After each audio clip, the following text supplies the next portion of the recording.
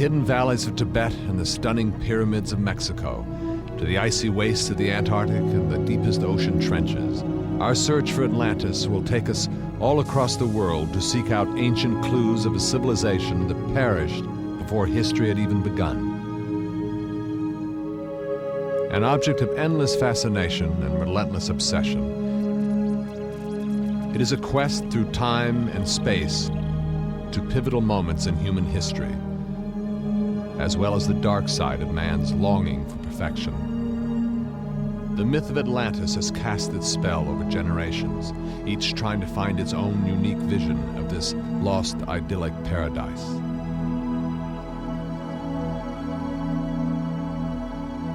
Our journey will take us across oceans and continents and span 10,000 years of human history, a journey to find a magical lost world.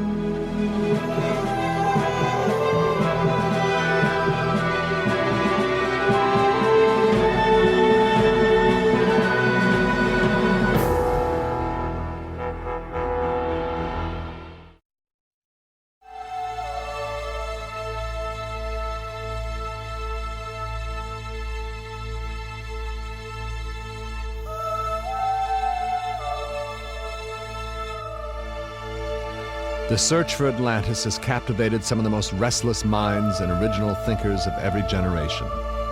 It is a search that begins here, in the most glorious city of ancient Greece, Athens.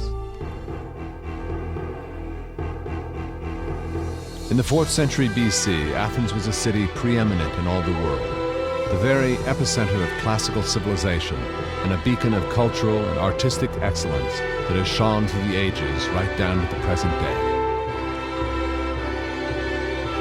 And it was here, in the world's first democracy, that philosopher Plato wrote a story, 3.5 centuries before the time of Christ, that is the first account of Atlantis in all literature.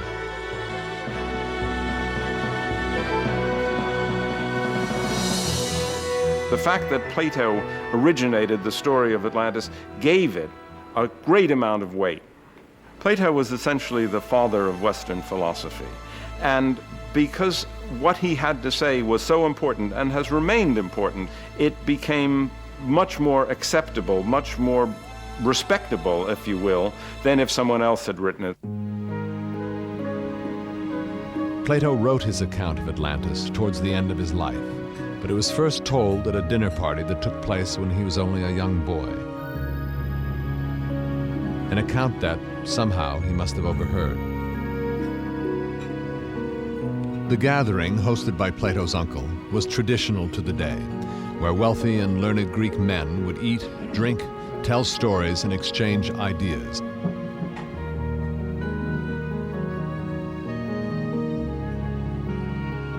Among the guests was Plato's teacher, the great philosopher Socrates, and perhaps it was to be near his brilliant mentor that the young Plato sneaked in to listen to all that the men had to say.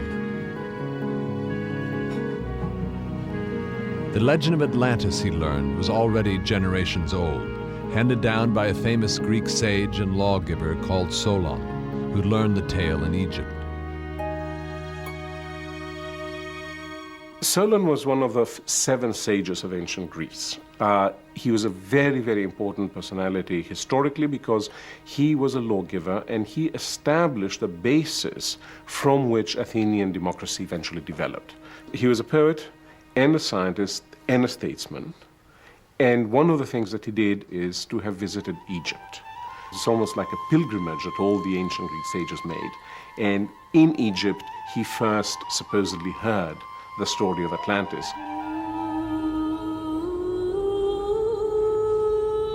In the holiest shrine of the ancient Egyptian capital, Solon was shown records of unsurpassed antiquity, the secrets of a long-lost age when a civilization of incomparable power and prestige had dominated the world 9,000 years before.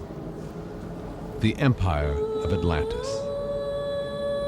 The description the Egyptian priests gave to Solon of this mighty, vanished civilization is the starting point for every search ever undertaken to find Atlantis.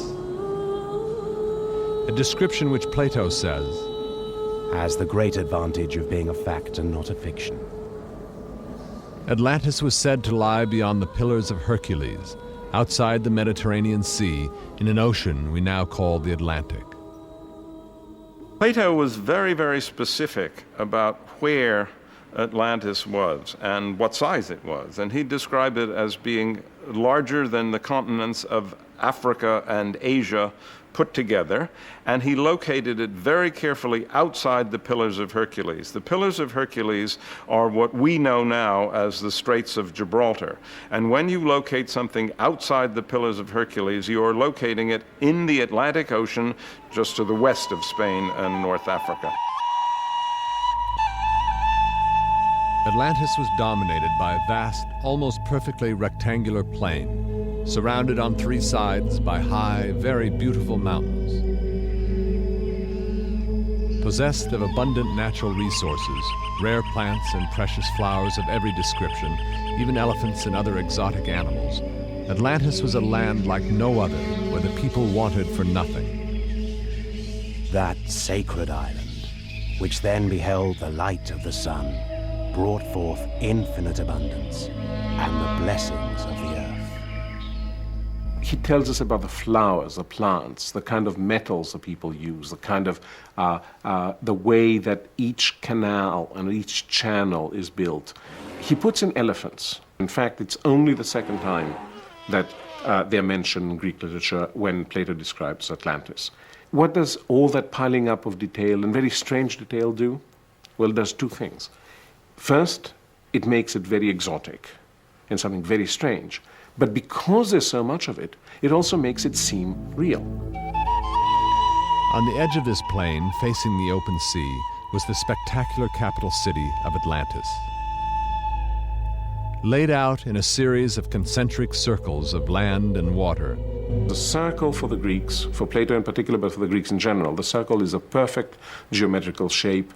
Circular motion is a perfect kind of motion. By building it in circles, he allows it to manifest the geometrical perfection that he finds the world really exhibits, even if we don't see it every day.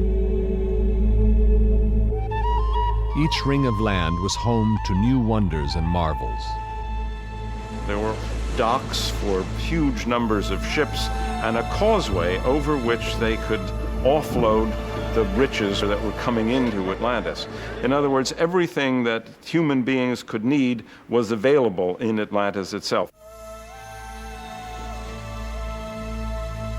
Connected to the ocean by an immense canal 100 feet deep and several miles long, at the very center of the city was the dazzling citadel of Atlantis,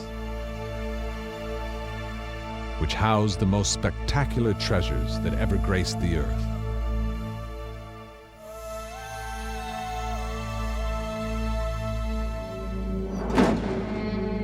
They had such an amount of wealth as was never before possessed by kings, and is not likely ever to be again.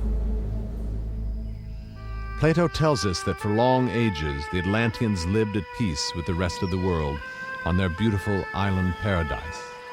Unspoiled by their material possessions and great wealth, they were concerned only with learning, cultivating virtue, and living in harmony with nature. Yet finally this golden age passed, and the Atlanteans became like other mortals. Human nature got the upper hand. They became tainted with unrighteous ambition and power. Insatiable for wealth and glory, the Atlanteans pushed forward the bounds of their empire, enslaving all before them. Finally, only one city stood between Atlantis and world domination: Athens. But here at the hands of the Athenians, the armies of Atlantis suffered a crushing defeat for the first time. A defeat that was swiftly followed by a natural disaster that laid waste to most of the world, completely destroying the islands of Atlantis.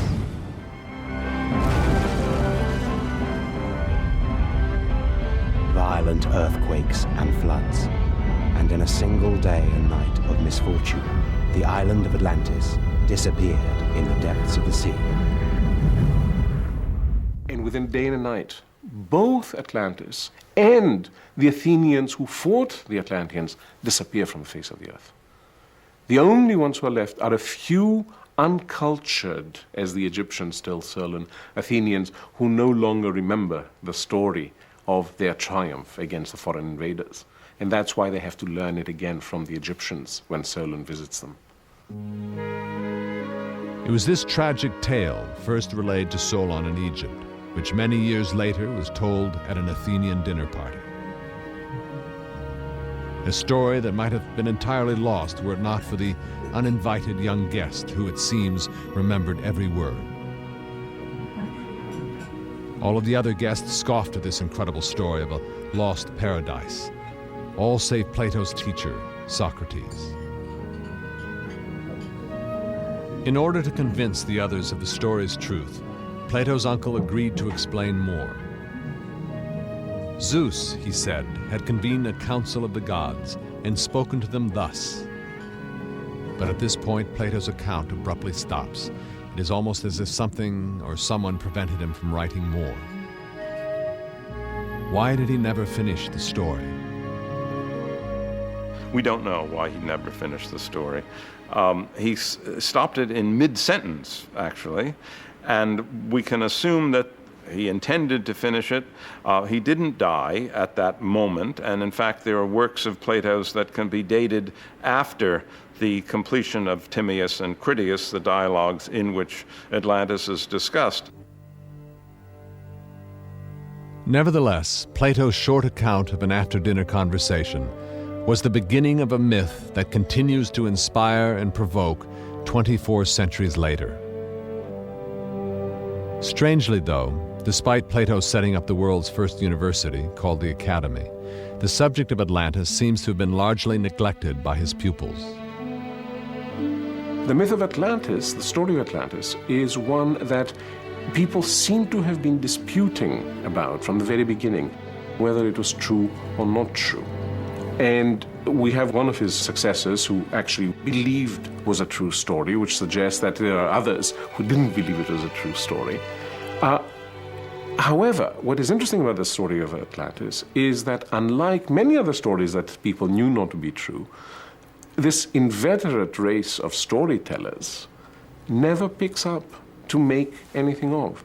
We don't have versions of Atlantis the same way that we have versions of the Trojan War or of Jason's expedition to get the Golden Fleece or all the other great stories of Greek mythology. Nobody picks up that story to make something of it. It sort of sinks very much in the way that Atlantis itself sank in the depths of the ocean for a very long time. The myth of Atlantis would be lost, disappearing into the shadows of the Dark Ages. It wouldn't be until European explorers inaugurated an age of discovery that the search for a lost island paradise began with fervor. A search that would begin with the dogged pursuit of a mythical isle by history's most famous explorer, Christopher Columbus.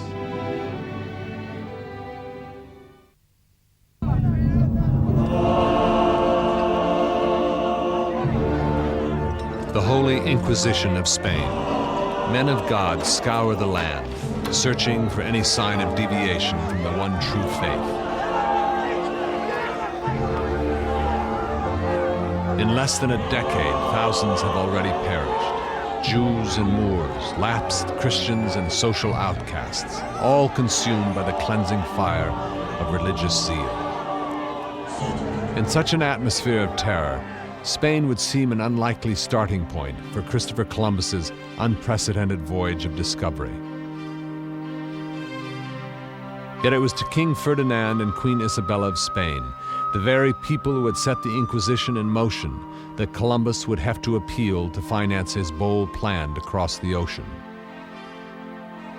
Long neglected by the history books, the great navigator had a secret reason to undertake such a perilous voyage. Columbus had heard of a lost island paradise of untold riches and wealth, a mythical land called Antilia, a land that had replaced Atlantis in the medieval imagination. Since the collapse of the Roman Empire in the 6th century, much of the learning of antiquity had been forgotten. Suspicious of pagan wisdom, Christianity had evolved a very different vision of the world, one defined by the battle between good and evil.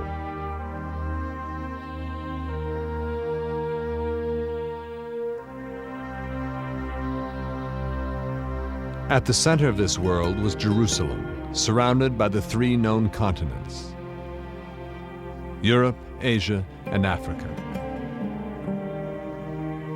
Beyond this was a netherworld, populated by people who were not descended from Adam and Eve, making them, in the minds of many, children of the devil. But some, like Columbus, had radical ideas about the real geography of the world, ideas that had made him an obvious figure of suspicion.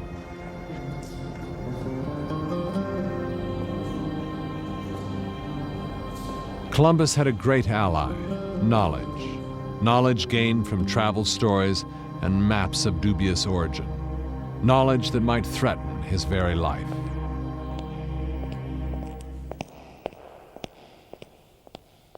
It took Columbus a very long time to convince Isabella and Ferdinand that he ought to be able to find something, because for the most part his ideas were ridiculed, and this was of course during the Inquisition, so that people who had strange or antithetical ideas were not only ridiculed, they were sometimes burned at the stake.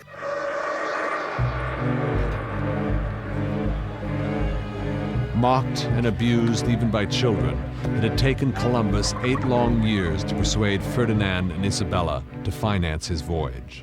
They did so for trade.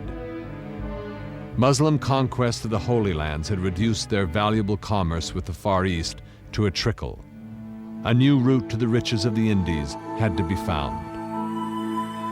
Up until the mid-15th century, all of these precious goods got to Europe by way of overland caravans. But in 1453, when the Turks invaded, they cut off these trade routes. So if the nations of Europe wanted to get these goods, they had to find an alternate way, and that would have to be a sea route. Above all, maps were the key. To a European king, a map was treasure beyond anything else in the world, because it gave him access to the new world, to treasure, to the future.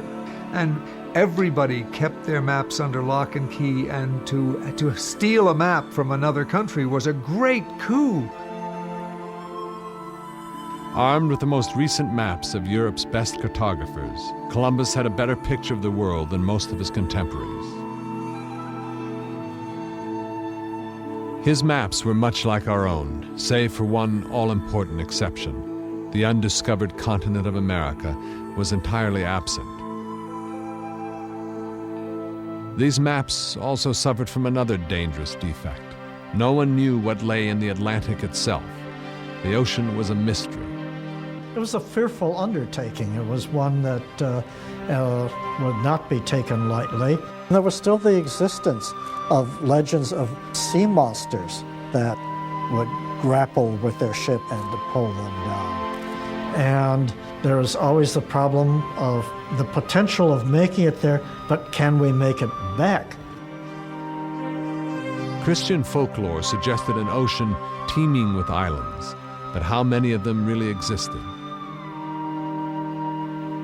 There was one mythical island whose existence the great navigator considered absolutely certain: Antillia. I don't think it was doubted that Antillia existed, and it was constantly shown on maps. No one ever doubted it.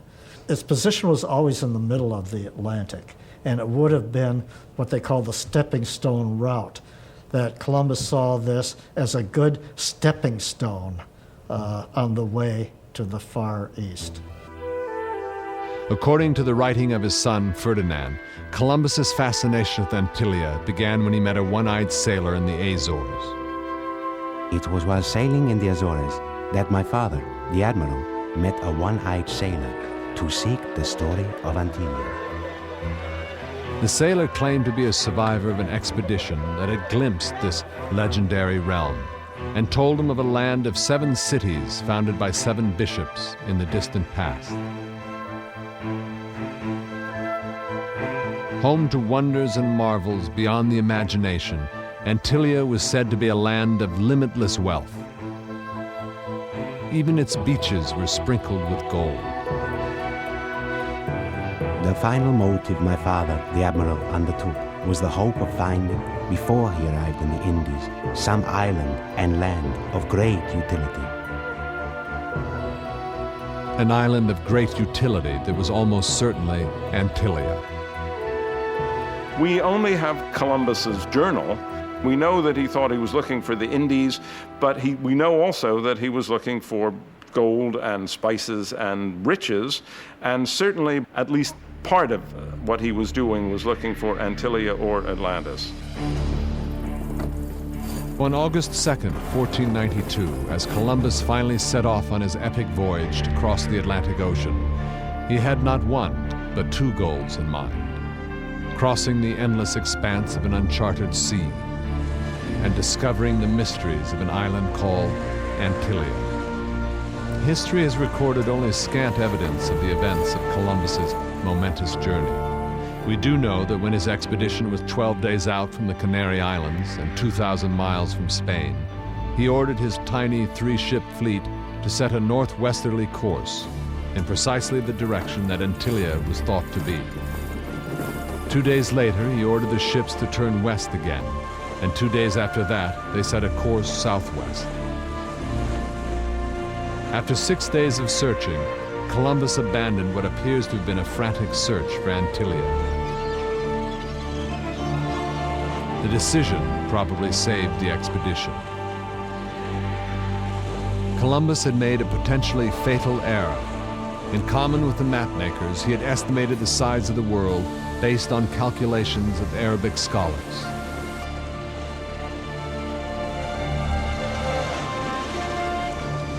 The problem is that measurement was made in Arabic miles, which are much longer than Italian miles, with the result that all the geographical thinkers take the Earth to be much, much smaller than it really was. On the 12th of October, after nearly 3 months at sea, Columbus and his men finally made landfall. They had crossed the vast ocean and reached the Americas.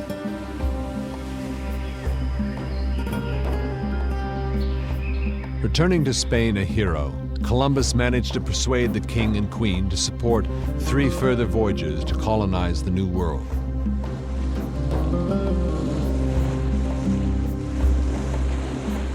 But Antilia and its legendary riches were never found.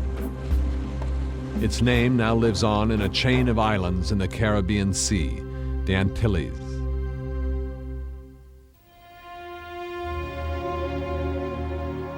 When the Caribbean colonies he established rebelled against him, Columbus suffered the ultimate humiliation. Dragged back to Spain in chains, he died a broken man in 1506. But without realizing it, Columbus had played an essential role in the history of Atlantis. They expected to sail across the ocean and bump into Japan, but there was a whole continent in the way, and this, therefore, especially because it was across the Atlantic Ocean, this gave rise, I think, to much more speculation about Atlantis. A good example of how the legend has been adapted or is different in each age is the time of great discoveries, when Columbus was crossing the Atlantic in search of the Spice Islands. He knew the myths. He wasn't a stupid mariner just hoping to head off and find something on the far side of the ocean. He was looking for things related to the Atlantis myth. We know that other seafarers were doing the same thing at the same time. So there was actually one of the impetuses for the exploration westwards across the Atlantic was the Atlantis myth. Amid the spectacular ruins of the New World, the story of Atlantis would now take a different turn, becoming the focus for one man's bold quest to discover the truth about his country and himself. 30 miles from modern-day Mexico City lies Teotihuacan, the spectacular city of the gods. It was already an abandoned ruin long before the time of the Aztecs, who regarded it as the birthplace of the sun. The Spanish conquistadors had been so overwrought by the city's majesty, one of their earliest chroniclers had written, "There is now no cause why we should any longer doubt of Atlantis. The discovery and conquest of the Indies do plainly declare what Plato had written." 150 years after Columbus had discovered America, such sentiments would inspire one man to come to this city of silence and search for physical proof of the lost legacy of Atlantis. A search that was bound up in his own quest to discover himself.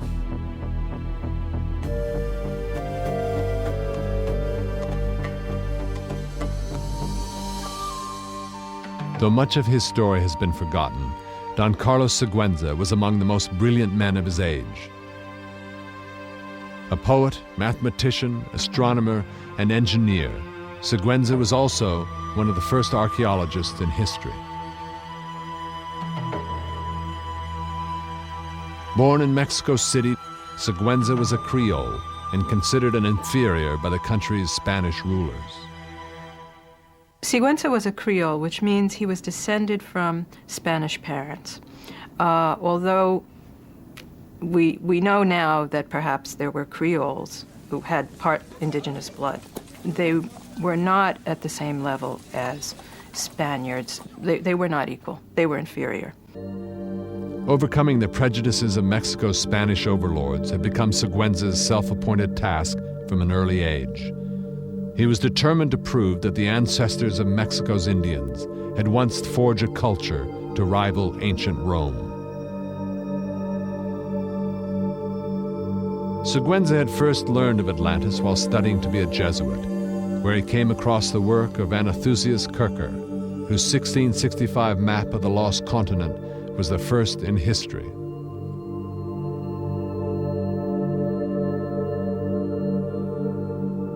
Expelled from the Jesuit order for his lack of discipline, Siguenza turned to science, making groundbreaking studies of eclipses, before journeying to Teotihuacan to see the city's ruins for himself.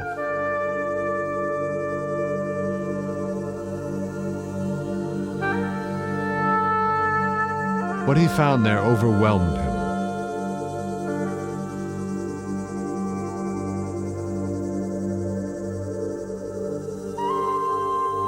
Carefully measuring and recording everything he could, Siguenza found Teotihuacan's layout truly mystifying.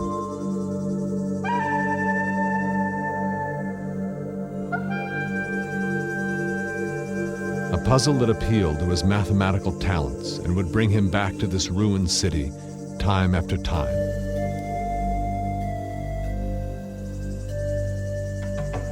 The city bore all the hallmarks of an advanced civilization, and Siguenza found evidence of astronomy, hieroglyphic writing, and pyramid building that was uncannily similar to that of ancient Egypt.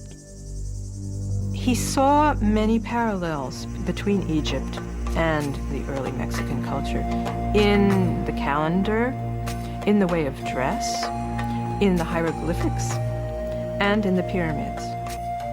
Could the two civilizations have been related? I have been stimulated by the great love which I have for my country and in which would be found exceedingly strange information. This data will probably die with me on account of my great poverty.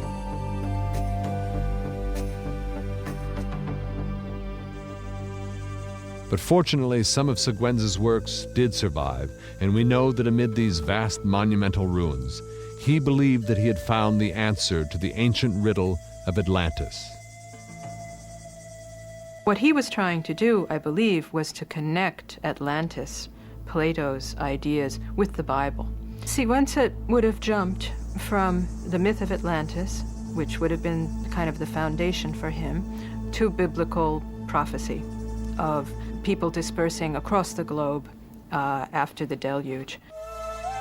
Fusing scientific ideas with his deeply held belief in the truth of the Bible, Siguenza concluded that the destruction of Atlantis and Noah's flood had actually been one and the same event.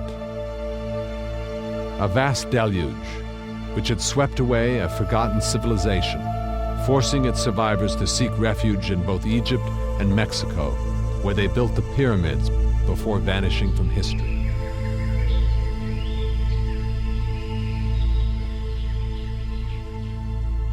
Siguenza believed that if he could show that Mexico's pyramids contained hidden chambers, as the pyramids in Egypt do, his theory about Atlantis would be confirmed. Under the hot Mexican sun, Siguenza and his servants spent many days trying to find a way into the abandoned city's pyramids.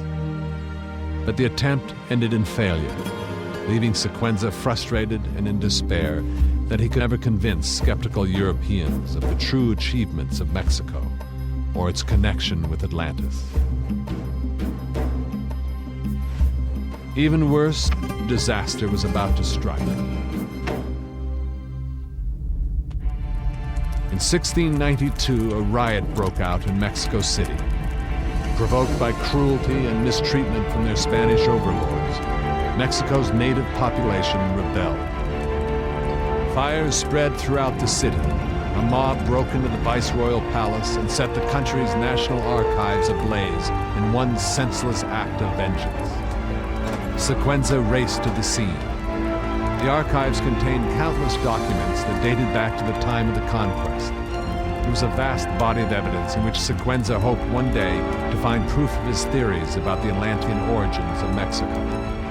Again and again, Siguenza plunged into the inferno, trying to save what he could. In desperation, he began paying rioters to salvage books from the flames. His entire wealth spent on saving just a few records. I cut beams and pried open doors, and by my own effort, the best archives of the city were a rescue from the fire.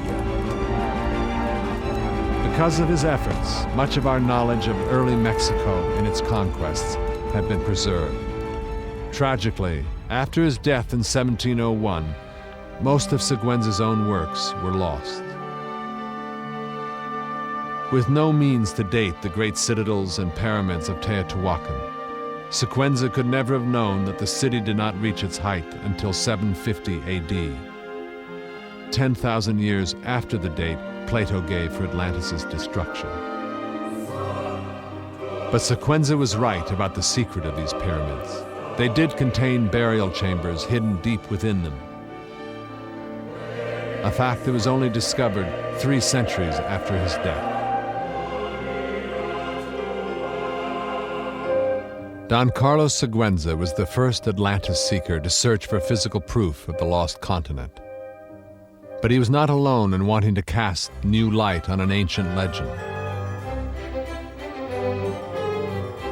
Across the ocean in 17th century England, 2 courtiers of Queen Elizabeth I were also immeasurably broadening the scope of the quest for Atlantis. One of the reasons that by the 17th century the Atlantis myth had become reintroduced was because there was much more exploration under Elizabeth I. And there was a renewed interest in science in Elizabethan England. This obviously would have encouraged people to reopen the Atlantis story, and therefore people began once again, if not to look for it specifically, certainly to refer to it specifically. Francis Bacon was a statesman, playwright, and one of the first modern scientists. Eager to promote the merits of science to still a largely unscientific world, Bacon wrote a fable called The New Atlantis, the first reworking of the myth since Plato. The New Atlantis told the story of how survivors from the original Atlantis had founded an idyllic society in the still unknown reaches of the Pacific Ocean and used science to uncover the mysteries of the universe. Like Plato, he left his story tantalizingly incomplete. Bacon refers to Plato, so this was the origin of his story, but it is not seriously an attempt to resurrect Plato's Atlantis, but to create a utopian society that the British could look at as a way of rewriting the way people could live together. But Bacon's linking of Atlantis to advanced technology would stay with the myth ever after, as would Atlantis' association with a rather different field of human investigation. Dr. John Dee was an alchemist, spy, philosopher, and physician. Astrologer to the Queen herself, Dee was also the most famous magician of the Elizabethan age. Using a method of crystal gazing, Dee claimed to have communicated with the spirits of Atlantis in a series of terrifying occult experiments.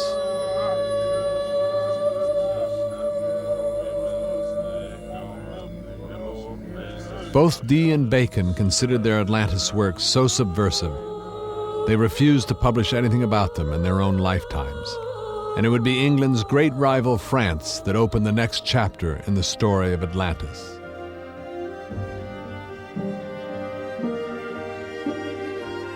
When Napoleon invaded Egypt in 1799, he took with him the largest collection of scholars ever to accompany a military campaign.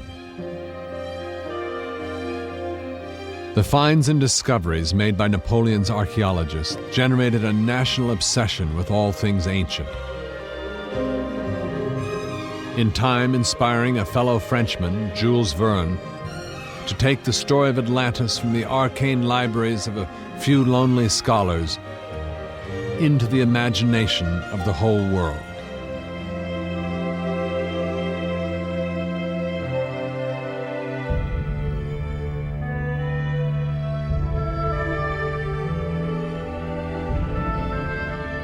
Here were the encrusted remains of an acropolis, with the floating forms of a Parthenon. Here were the vestiges of an ancient port on the shore of a vanished sea, which had once given shelter to merchant ships and craft of war. Further still were the outlines of crumpled walls and long lines of wide, deserted streets. An ancient Pompeii, buried beneath the sea, Atlantis. Jules Verne's image of Atlantis in 20,000 Leagues Under the Sea was perhaps the most spellbinding description of the lost city since Plato's. It was published in 1870, enormously popular book. The drawings that actually accompanied the book showed people marching around in sunken Greek temples, and this, of course, was kind of an interesting concept, and probably was the element that got people more and more interested in Atlantis, the idea that underwater you could walk around in sunken Greek temples. Written in the 1870s as the effects of the Industrial Revolution and new technologies were rapidly changing the world, Verne's story of undersea exploration was a prescient guess at the shape of things to come. It was really a Da Vinci kind of prophecy. The general population of the day had no idea about the oceans, really. Most people didn't know how to swim. Most people certainly had never been underwater. All they knew was that the ocean was populated by monsters of one kind or another that probably ate ships, and certainly ate people. Verne's description of Atlantis, located in an abyss of undersea volcanoes in the middle of the Atlantic Ocean, was so convincing that within a decade it would inspire a writer half a world away to prove that Atlantis truly did exist.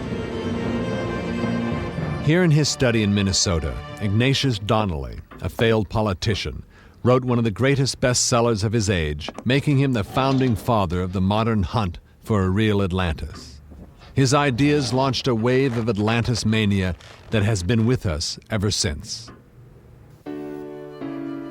A former congressman and lieutenant governor of Minnesota, Donnelly had railed against the tycoons of big business who controlled the politics of the day, choosing to champion the cause of the common man.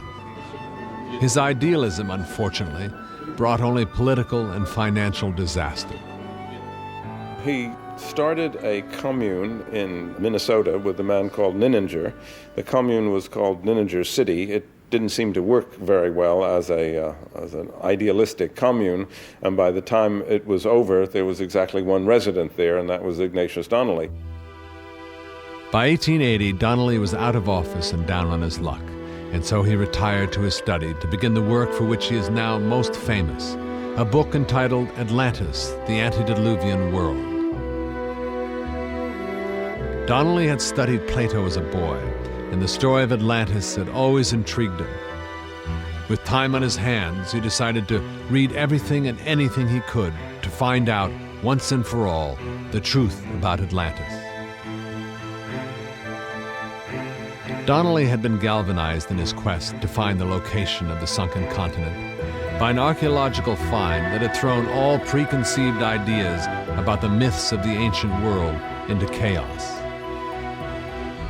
10 years earlier, German businessman turned archaeologist Heinrich Schliemann uncovered on the coast of Turkey the ruins of the city of Troy and many of the treasures from this mythical war between the Greeks and Trojans.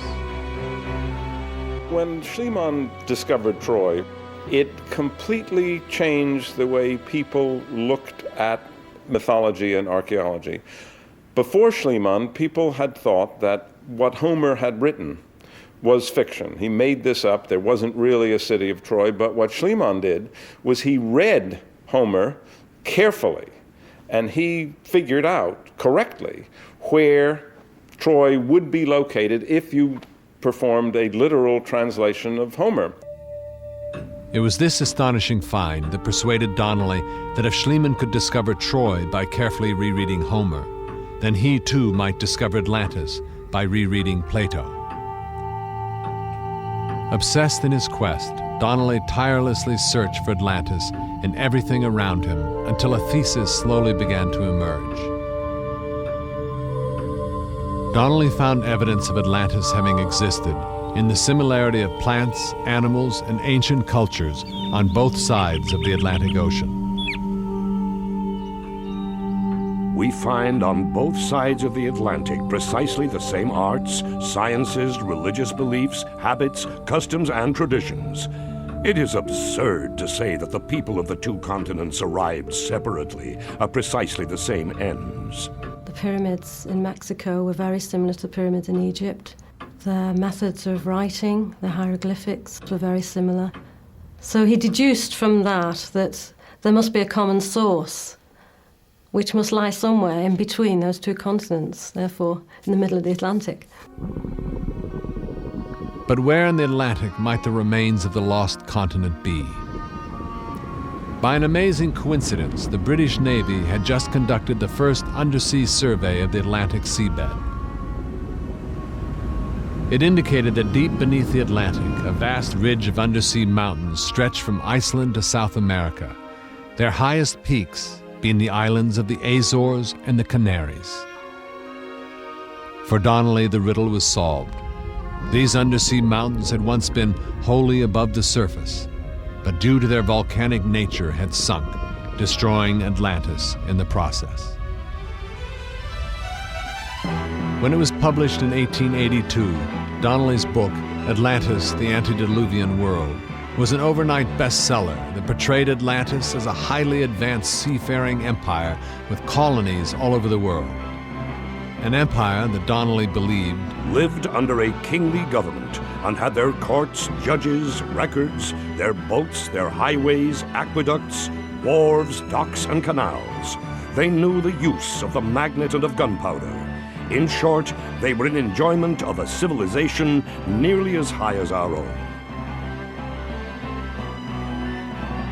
Donnelly's book sparked debates from every fashionable salon to the most prestigious academies of science.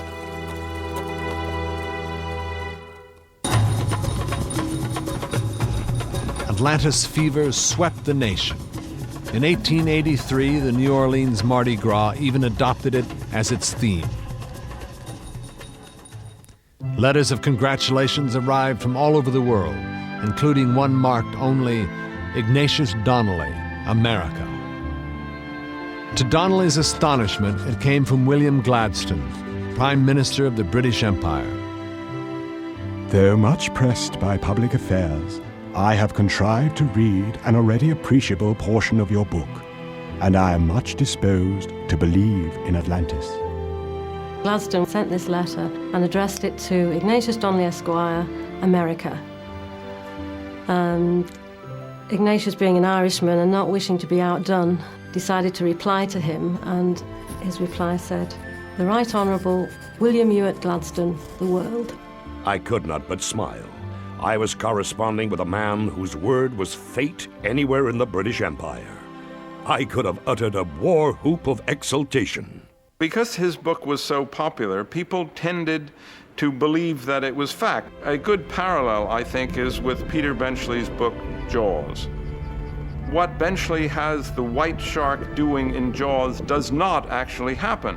But think about how many people read this book and became absolutely terrified to swim in the ocean. It is possible for people to take what is essentially a work of fiction, but if it's presented cleverly enough, and if it has enough science woven into it, to believe that it's absolute fact. Flushed by the overwhelming success of his book, Donnelly, now a wealthy man, turned his attention to the truth behind other ancient myths. But none of his other books ever came close to matching the success of Atlantis, the antediluvian world.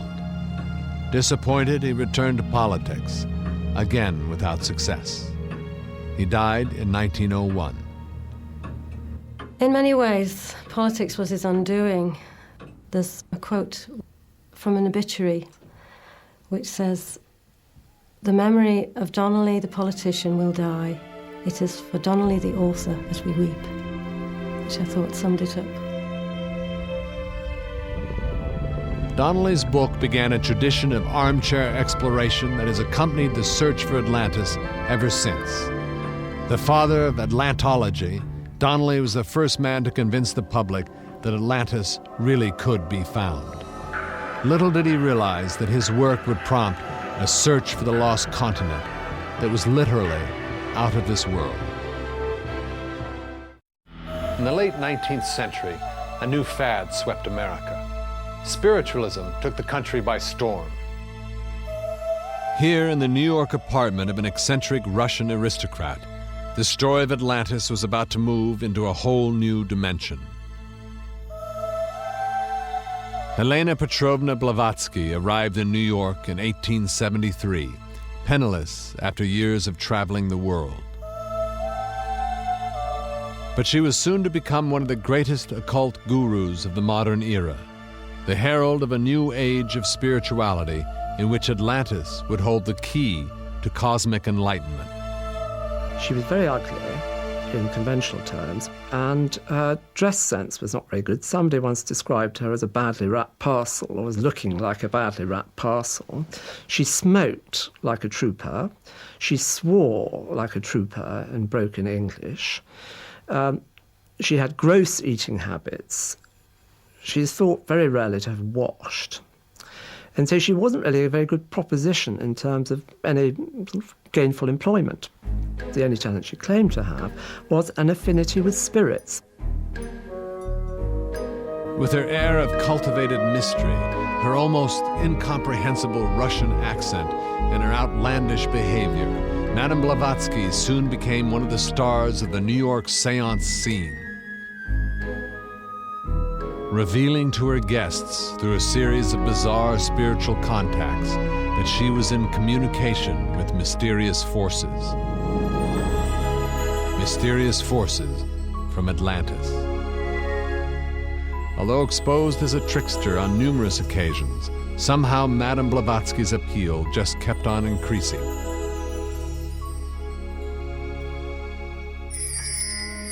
Before long, Madame Blavatsky attracted the attention of Colonel Henry Olcott, a former member of the committee that had investigated President Lincoln's assassination.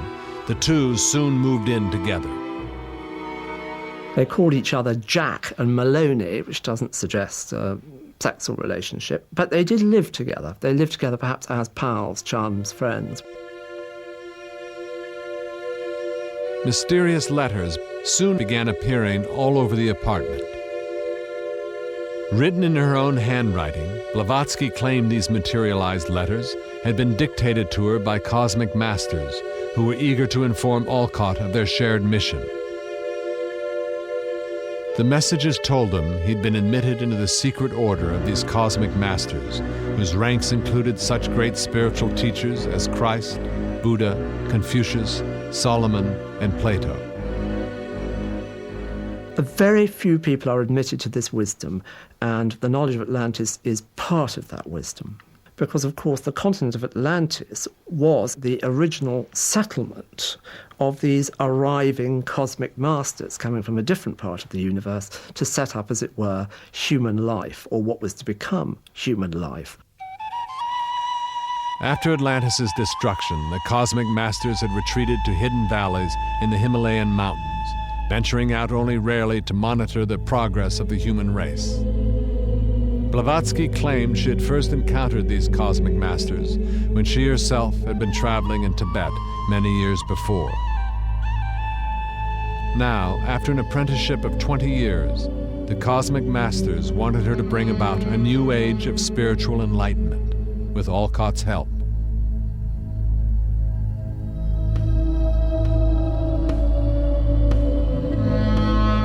In 1875, the two companions set up an organization dedicated to universal brotherhood, the investigation of man's latent psychic powers, and spreading the wisdom of the East to the West. They called it the Theosophical Society. Incredibly, within a decade, they had branches all over the world, including India, where Mahatma Gandhi would become a member. You could say that without it, the New Age wouldn't exist. And so in that sense, it's had many hundreds of thousands, if not millions, of heirs who are members of other religious movements which owe a great deal to Theosophy. There were, however, contradictions. From the very start, it was clear to Colonel Olcott that the woman entrusted with leading this new age of Atlantean spirituality was anything but a model of Eastern serenity and contemplation. He was a natural administrator in a way, with a great deal of experience.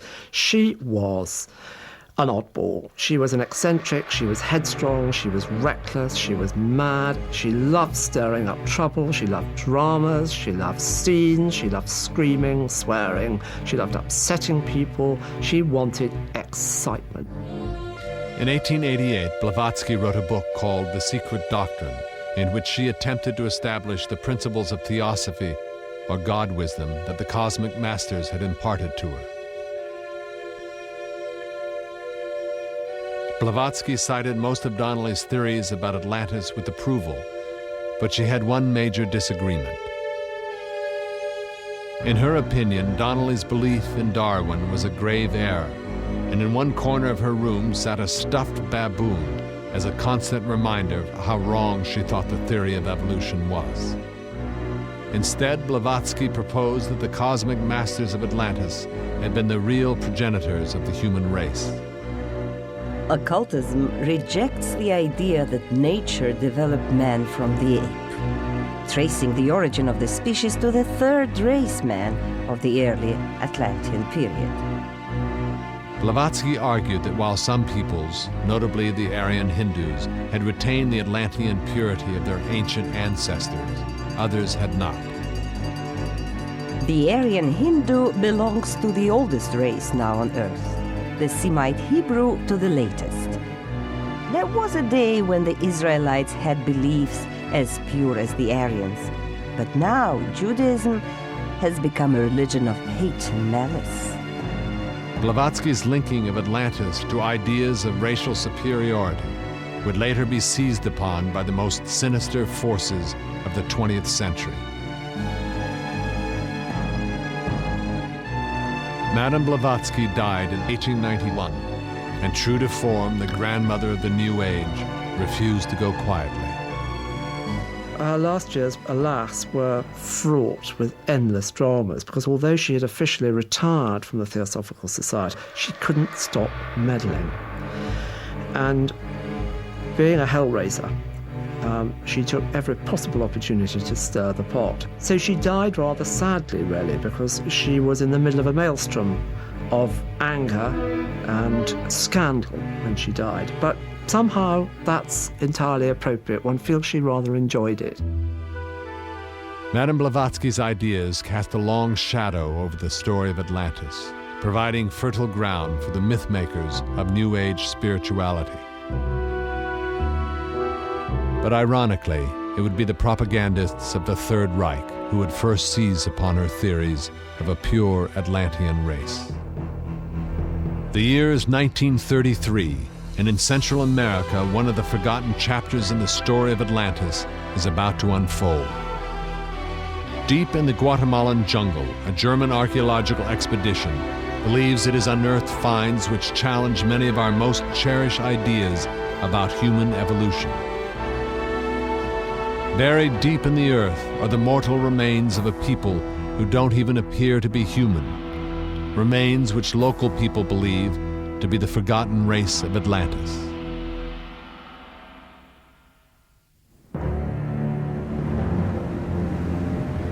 From the moment the Nazis seized power in Germany in 1933, they inaugurated a series of quests in search of fabulous objects and places from mankind's earliest myths. The Lost Ark of the Covenant, the Holy Grail,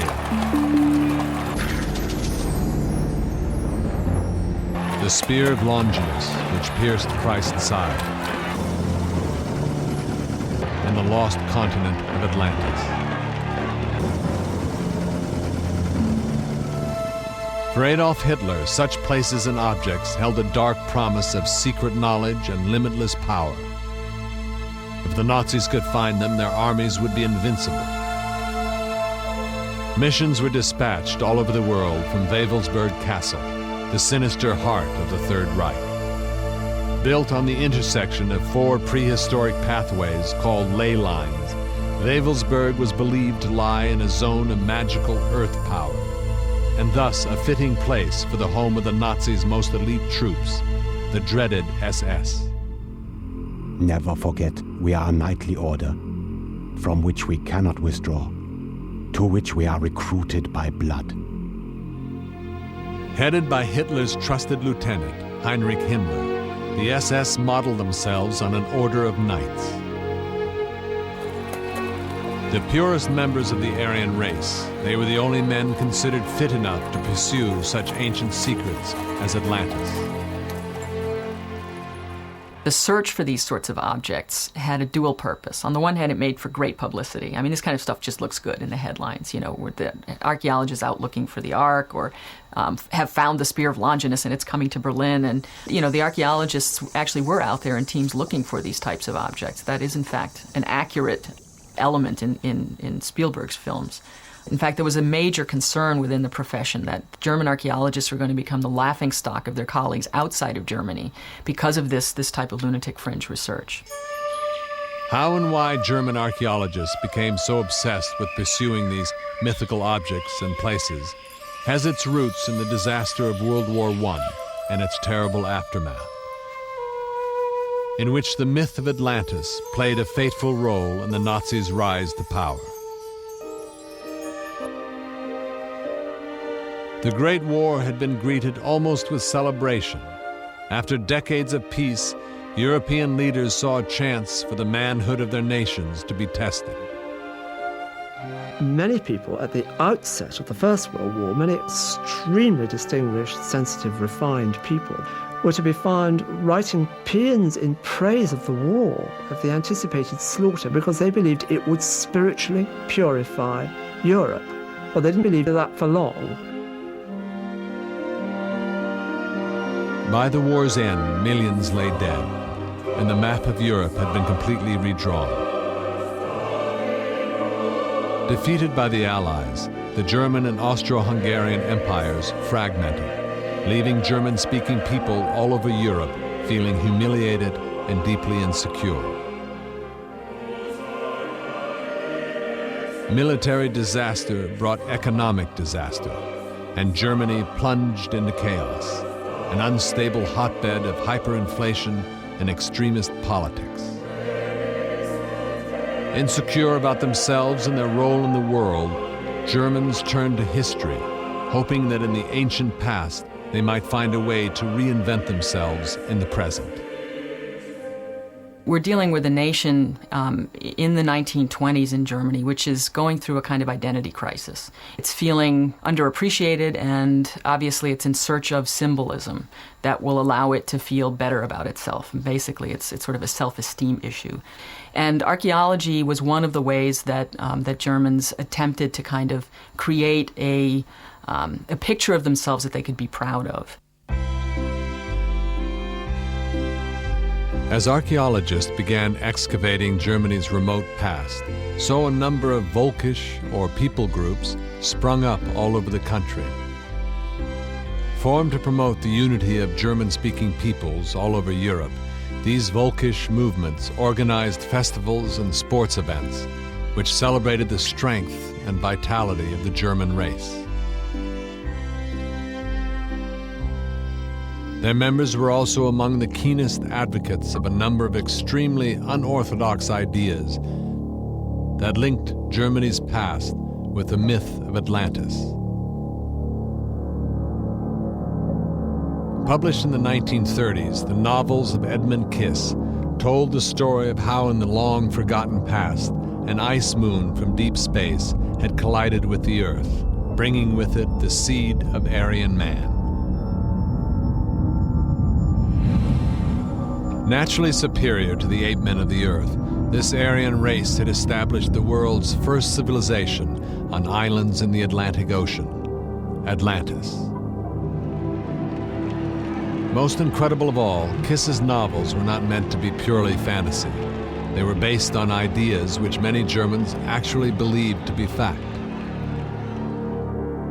Edmund Kiss published a series of novels, at least 4 that I know of. The Glassy Sea, The Spring in Atlantis, The Last Queen of Atlantis, and then there's the sort of diaspora novel that talks about the eventual migration to South America. And these seem to have been quite popular. Certainly Himmler was a big fan, and Hitler believed that they were true to life, if fictionalized representation of what actually happened. Kiss's Atlantean city closely resembled Plato's, but in the place of a fantastic temple in the center of the city, Kiss put a vast war office, echoing plans for the Nazis' rebuilding of Berlin. From here, the purest and most noble Atlantean leaders ruled an empire that spanned from the first cities of South America to the classical civilization of Greece.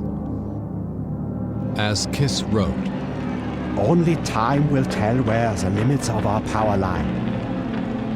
We must build a community that will demonstrate to all the visible signs of our Nordic blood. The whiteness of our skin, the blueness of our eyes, our freedom of spirit uncorrupted by the base superstitions of religion." Yet, just as an ice moon from deep space had brought the Atlanteans to Earth, so many ages later, another would bring about their doom, colliding with the Earth and destroying their continent. Kiss tells us that Atlanteans returned to the Arctic North, seeking safety in the ice and snow, which had once given birth to them. Far away from inferior races that might tarnish their noble bloodlines, the Aryans of Atlantis rejuvenated, purified by the icy environment of the North. And here they were reborn as the Germans, awaiting the day when a leader would emerge to resurrect the Aryan Empire of Atlantis once more. What Hitler and Himmler both seemed to like most about this was the cyclical nature of it, and the fact that you could extend Kiss's ideas into the present by arguing that Germany was again going through one of these periods where it had to purge itself, but it had to be tested, basically. It was beginning to become compromised in its superiority and purity, and that, of course, you need a leader to kind of guide you through this dark period, and Hitler was that leader. So from a propaganda perspective, Kiss's novels were gold for people like Himmler. Enthralled by the concept of an Aryan Atlantis, German expeditions departed for Central America, where deep in the forest of Guatemala, they set about investigating the overgrown ruins of the Mayan civilization.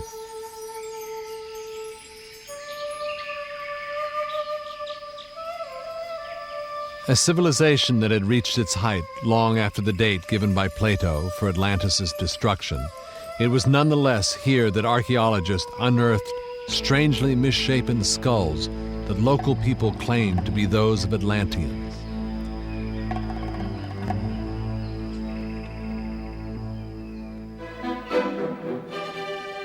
This documentary film, lost in the German archives, played to packed audiences in German movie theaters in 1933. Not wanting to dispel the illusion of a great find, the archaeologists remained evasive about what they had really discovered. These misshapen skulls were actually the result of an ancient Native American practice in which heads of young children are bound and deformed for religious reasons.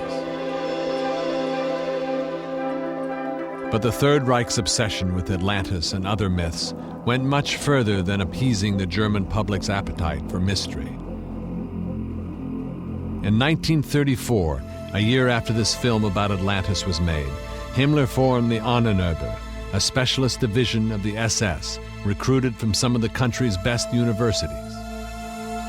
Though many members didn't yet know it, the Ahnenerbe's aim was no less than the reinvention of German history. The academics and archaeologists who joined the Ahnenerbe soon found their leader to be a difficult and troublesome taskmaster. He had a habit of getting, 3 o'clock in the morning, getting a sudden inspiration, jotting down a memo, find out why butterflies migrate, or find out why crows tend to sort of gather at places of execution, and he would send this off to the appropriate unit, and you can imagine this sort of appearing on someone's desk, and they're looking at it thinking, where did that come from? And if you were lucky, he'd forget about it. When war broke out in 1939 and German armies swept across Europe, the scientists of the SS Ahnenerbe followed in their wake, using archaeology to claim that the Nazis weren't conquering territory. They were merely reclaiming land that once belonged to the Aryan race. As the war progressed, the myth of Atlantis began to assume a far more malign role. The lost, racially pure homeland of Atlantis now became the model for the new Nazi Germany. That meant removing elements that were not Nordic from the population, from the breeding population and from the culture. And genocide then becomes an option. So I think the Atlantis myth plays a role there quite definitely. Generally, myths of the Golden Age are extremely double-edged because they give authority and they give legitimacy to ideas which may otherwise find no justification. Archaeologists and academics who had joined the SS Ahnenerbe, imagining they were knights of a new order searching for the Holy Grail, the Ark of the Covenant, and Atlantis, now found themselves justifying and implementing the indescribable terror of the Holocaust. You could not claim today, although people have tried, that, we were just archaeologists. We didn't have anything to do with the medical research or whatever was going on in the camps. That's not strictly true. Because in effect, Himmler made it impossible for people to completely remove themselves from what other branches of the organization were doing. Everybody was part of this organic sort of web that had been created.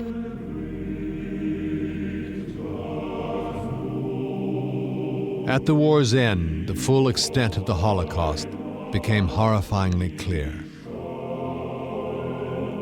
Himmler, the chief of the SS, cheated the executioner by suicide, while his foot soldiers, the men of the SS Ahnenerbe, slipped quietly back into civilian life, anonymous, forgotten, and unpunished. The myth of Atlantis had come full circle, transformed from the story of an earthly paradise into the ideology behind a genocidal nightmare. Most of the men of the Ahnenerbe escaped punishment for their role in the atrocities. Archaeologists who survived the war seem to have done a pretty effective cleanup job in the archives. Atlantis' connection with the Third Reich was forgotten almost immediately. Nazi propaganda had harnessed the myth of Atlantis for deadly intent. But across the Atlantic, myth makers of an entirely different sort were also reinventing Atlantis as pure fantasy. Hollywood. Most famous of all Atlantis movies is probably the 1961 Atlantis, the Lost Continent, in which a humble Greek fisherman called Demetrius saves the beautiful princess Antilia from the evil masters of Atlantis. But the Lost Continent was only the most memorable of a whole genre of B-movie adventure films and serials that have continued to reinvent Atlantis.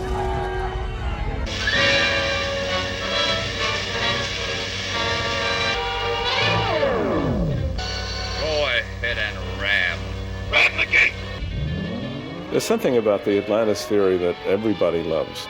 And even now, or in recent times, people have used it in movies, they've used it in novels. There are serials made in the 1930s about Crash Corrigan and the undersea kingdom of Atlantis, and a wonderful kind of idea of Crash on a horse riding through Atlantis, which looks very much like the Monument Valley in the American West, because I think they just happened to be there, and they said, well, why don't we make an Atlantis movie? Okay, you put the saucepan on your head, and we'll do that. From the man from Atlantis who sought to help the U.S. Navy protect the free world, to the warlords of Atlantis who wanted to enslave it, Atlantis has been portrayed in almost every conceivable way, except as a real place. Astonishingly, that would all suddenly change. In the late 1960s, archaeological discoveries would bring Atlantis hurtling from the realm of fantasy and Hollywood B-movies onto the front pages of newspapers around the world. Hidden in volcanic rock on the Greek island of Santorini, scientists unearthed the lost city of a forgotten people, destroyed in an unimaginable catastrophe. All the elements finally seemed to fit, and the great city of legend would now make the world of science sit up and take notice. Santorini, once called Thera, is a beautiful collection of small Mediterranean islands encircling a central volcanic hub. With its breathtaking views and stunning sunsets, Santorini is a magnet for tourists from all over the world who visit to sample the unique culture of the Greek islands.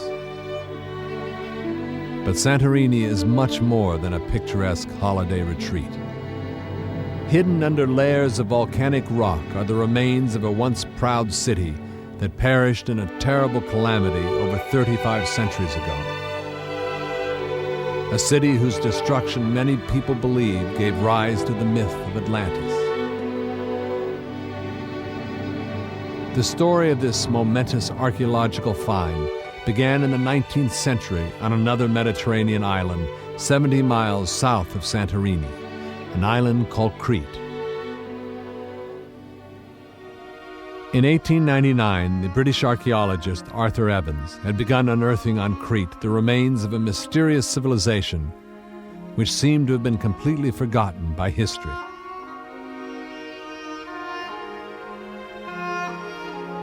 Based on Gnosis, Evans uncovered the remains of a powerful sea-trading people who worshipped the bull and built large labyrinthine buildings. Factors which encouraged him to name this unknown culture the Minoans after King Minos, a mythological figure from ancient Greek history said to have been the father of the Minotaur. The Minoans are probably the single greatest mystery in all of classical history. We don't really know where they came from, and certainly don't know what happened to them.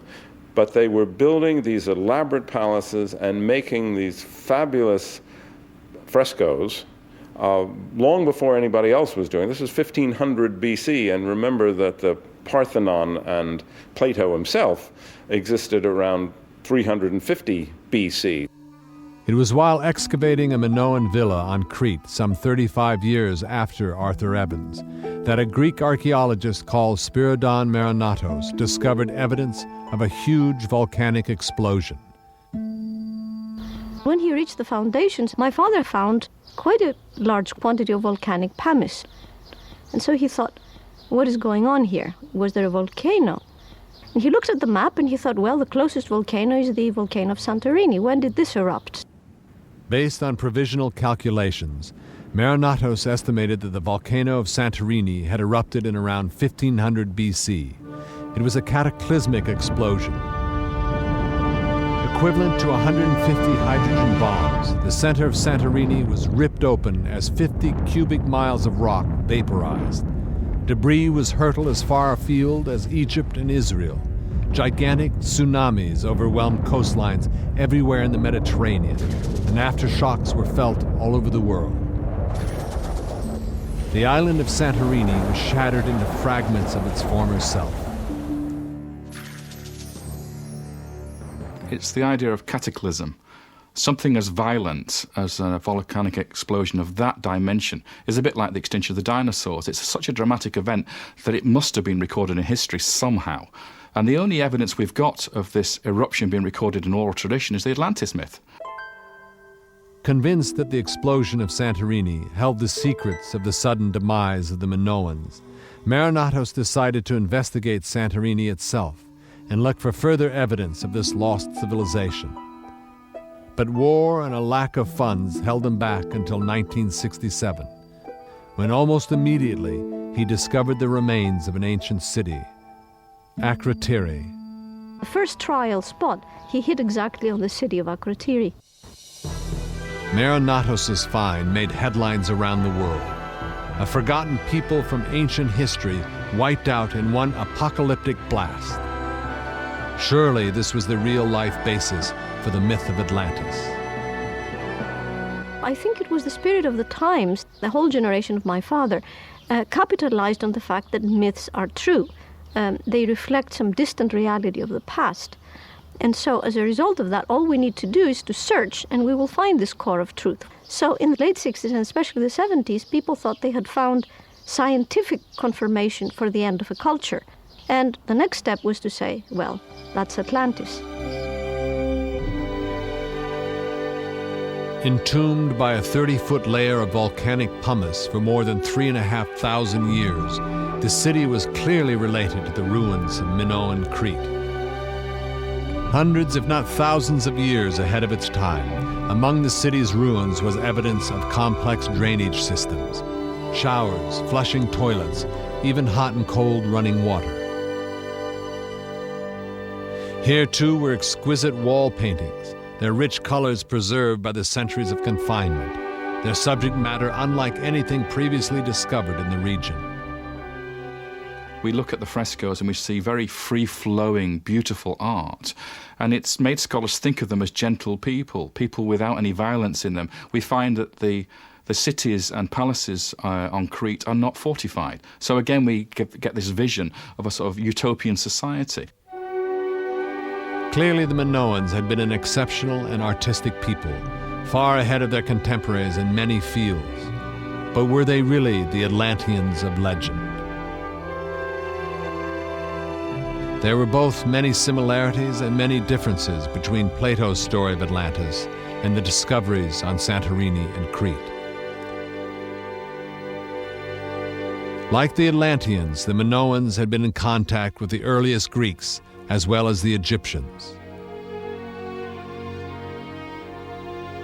But the Minoans disappeared from history near 900 than 9,000 years before Plato's time. And even though only a fraction of the city of Akrotiri has been excavated, so far it bears little resemblance to the city of Atlantis described by Plato. It is certainly nowhere near the middle of the Atlantic Ocean. Academic opinion remains divided.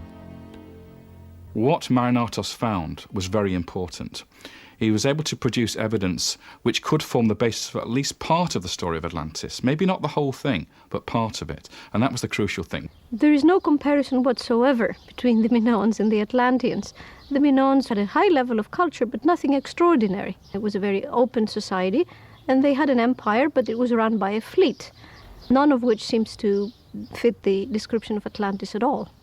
Nevertheless, there is one group of people who stick firmly to the belief that Santorini was Atlantis, the islanders themselves. The islanders of Santorini, the residents of Santorini, obviously have a vested interest in making sure that tourists think that they have found the lost continent of Atlantis. And what do you get to do with that? You get to claim Santorini as one of the most important spots on Earth. And you also get to sell a lot of t-shirts and mugs and posters and everything that is possible with the word Atlantis on it. But the entrepreneurs of Santorini would soon find they had competition in laying claim to the riches of being associated with Atlantis. Only months after Akrotiri was unearthed, the hippie culture of the 1960s discovered its own Atlantis, and it reflected a very different image of the lost continent. In the summer of 1968, the occupants of a small plane flying off the coast of Bimini near Florida spotted beneath them mysterious shapes in the clear waters.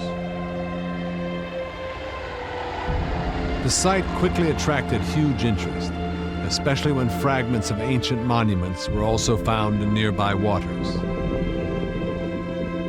Known as the Bimini Road, could these strange, misshapen rocks be the corroded ruins of ancient Atlantis? Their sudden dramatic appearance had been foretold by one of America's most famous clairvoyants, Edgar Cayce. Called the Sleeping Prophet because of the trance-like state in which he delivered his prophecies, Cayce had predicted that Atlantis would rise again in 1967 or 1968. But the circumstances of the discovery cast a shadow of doubt on the risen Atlantis. Not only had the Bimini Road been discovered by followers of Cayce, it also turned out that Cayce himself had been sponsored by a wealthy businessman to locate gold, oil, or other mineral deposits in the Bahamas. Unfortunately, on this occasion, Cayce's powers seem to have abandoned him. I've heard that Cayce was in the employ of businessmen who believed that he could actually find gold, and Cayce, then decided to produce Atlantis as some kind of a substitute for that. The fragments of ancient monuments also have another explanation that is far removed from the ruins of Atlantis. They are almost certainly the remains of ships' ballast dating back to the time of Columbus, when ships needed to take on board and later dump extra weight. You don't want all that ballast in your ship. You want buoyancy. You get rid of the stone. And there all of a sudden is a Corinthian capital from Rome or for what have you in the Caribbean. Cayce also prophesied that a long-lost haul of Atlantean records would be discovered under the Egyptian Sphinx in 1999. Unfortunately, these records have so far failed to materialize, further discrediting Cayce's prophecies that Atlantis would rise again. I think the Atlantis legend, if you like, has become a new religion. It's a new age religion. It's for all those people who are dissatisfied with what the conventional churches have to offer. I think modern people look to want to find something they can believe in, even if it's not reachable, not attainable. So they search for a utopia, a fabulous land, and they try and believe in that even though they can never really find it. But hope springs eternal. Using a dazzling array of high-tech and low-tech equipment and spurning the skepticism of conventional experts, a new breed of fringe researcher continues to search for Atlantis. Is it a search without end? Or will advances in new technology finally reveal the location of lost Atlantis? Based in Torbay, England, Jim Allen is a former aerial photography analyst for the British Royal Air Force. And it is by analyzing aerial photography that Jim Allen believes he has discovered one of the lost continent's most distinctive landmarks, the vast irrigated floodplain of Atlantis. Many people talk about Atlantis, a lost continent, city, whatever they want to call it, but nobody bothers to talk about the rectangular plain. And a large part of Plato's story is a very geographic description of this actual area. Jim Allen believes the continent of Atlantis was actually South America. High up on the rugged floodplain in Bolivia called the Altiplano, Jim thinks he has found the plain which Plato described. There was a plain, said to have been the fairest of all plains, and very fertile. It was smooth and even, and of oblong shape, and canals of 100 feet were cut through it. Could the Altiplano of Bolivia really have been the plain of Atlantis? Despite several expeditions, Jim has found concrete proof elusive, and academic experts refuse to even examine his ideas. Well, some time ago I wrote to the leading archaeologist in Cambridge, who was the head of Cambridge College, and he returned all my material unexamined, and he wrote, "Atlantis is a subject in which I have never been interested." And I think that reflects the archaeological opinion around the world. Undeterred, Jim hopes that advances in technology will eventually force skeptical experts to sit up and take notice of what he believes is a watertight theory. Modern technology, the satellite mapping, which is only available in the last 20 or 30 years, shows we can prove quite positively this is the elongated rectangular plane that Plato talked about. Jim Allen is not alone in hoping that modern technology will reveal the location of the lost continent. Based in British Columbia, Canada, Rand Flemath also believes that satellite technology holds the key to finding Atlantis. Rand believes that in the ancient past, a catastrophic geological event shifted the outer crust of the Earth over its molten core, moving the location of Atlantis from the temperate Atlantic to the frozen South Pole. A theory called Earth's crust displacement. It has had some notable supporters, including Albert Einstein, whose correspondence on the subject runs to many pages. To imagine an Earth crust displacement, if you think of an orange and you take off the peel and then you reattach it, but if you had a lubricant in between, say the peel and the flesh of the peel, it's just the crust that's moving. The rest of everything inside is remaining stable. According to Rand, a few Atlanteans managed to survive this unimaginable disaster and went on to found the earliest known civilizations, leaving to history many of the great monuments of the world. From esoteric and mathematical clues contained within these monuments, Rand believes he has managed to decode the exact location of the city of Atlantis, still buried under miles of Antarctic ice. I think that we have found a very specific coordinates on Antarctica that have a strikingly circular object beneath the ice about 1,400 meters, about a mile down, which can be seen by satellite. Critics argue that trying to locate Atlantis under miles of ice by satellite is doomed to failure from the start. These people believe that the ice sheet kind of rotated like the loose skin of an orange and managed to find itself over Atlantis. The ice moves. The plates of the Earth move. Both of these things actually happen. But what doesn't happen is an ice sheet doesn't cover existing civilizations. If ice moves the way a glacier moves, it mows down existing civilizations. Skepticism is normal in science. Ice is a very good preserver, and in the location that we're looking at, we're hoping that there is still something there, but who knows? 12,000 years is a long time. Only time will tell if technology will prove the ideas of 21st century Atlantis seekers like Rand Flemath or Jim Allen correct. Throughout the ages, Atlantis hunters have diligently followed the clues laid out in Plato's 2,000-year-old description.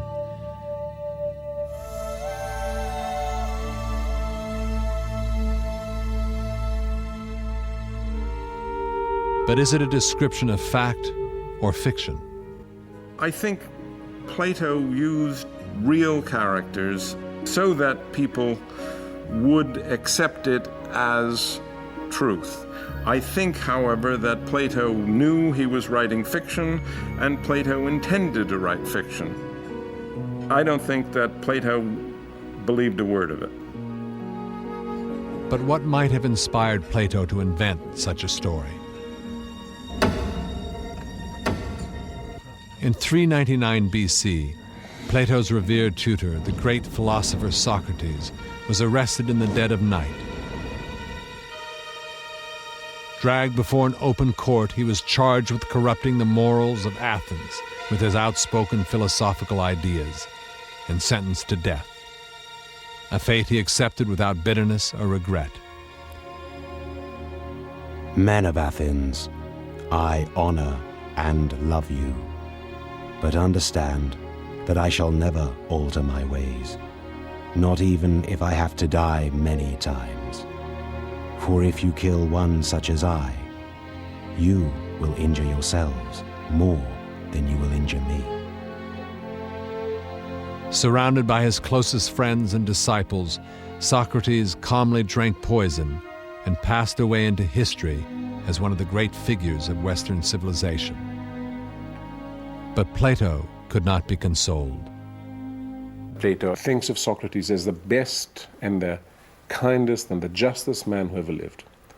And he sees Athens, a city he loves, turn against him and kill him. That, I believe, was devastating for him. So a lot of Plato's work is an effort to imagine alternative political and social organizations in which the horrible injustice that he sees having been done in the case of Socrates could never happen again. He would like ideally to create a world in which philosophy, in the person of Socrates, would be forever safe. And one of these ideal cities, where a great teacher like Socrates would be safe and respected, is described in Plato's story about Atlantis. However, the ideal society is not, in fact, Atlantis.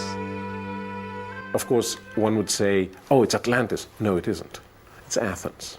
It is the ancient Athens, the Athens that defeated the Atlanteans, which had all the features that Plato associates with this imaginary ideal state that he has just described. So after all these years, Atlantis may be no more than a story invented by Plato to compensate for the tragic loss of his mentor, Socrates.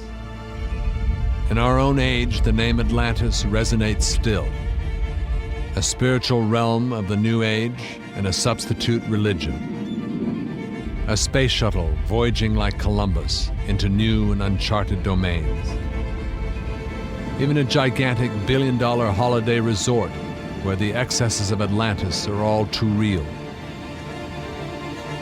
Curiously, we have an Atlantis in our own time now. There is a resort and casino in the Bahamas called Atlantis.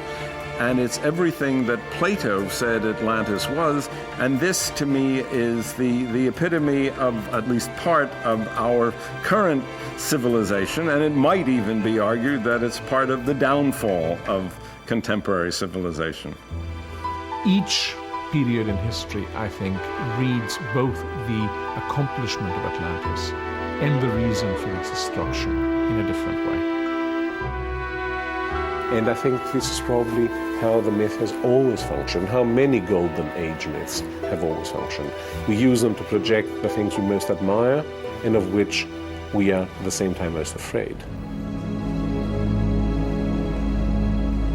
A myth that reaches back in time to a lost golden age, Atlantis has haunted the pages of history like a restless, inconsolable spirit. A mirage sought in every age, it has been a medieval paradise of infinite riches, the cradle of our most ancient civilizations, an undersea ruin that captivated the world, and a mystical homeland where humanity's highest aspirations and most dangerous fantasies of perfection meet. The search for Atlantis goes on. Many of us just can't resist the idea that somewhere in the gloomy deep, Atlantis still lies, awaiting the day when some bold adventurer or new technology finally brings its secrets to light. Until that day, if it ever comes, Atlantis will remain only in the depths of the imagination, a measure of our humanity or lack of it, a mirror of the hopes and fears of every generation.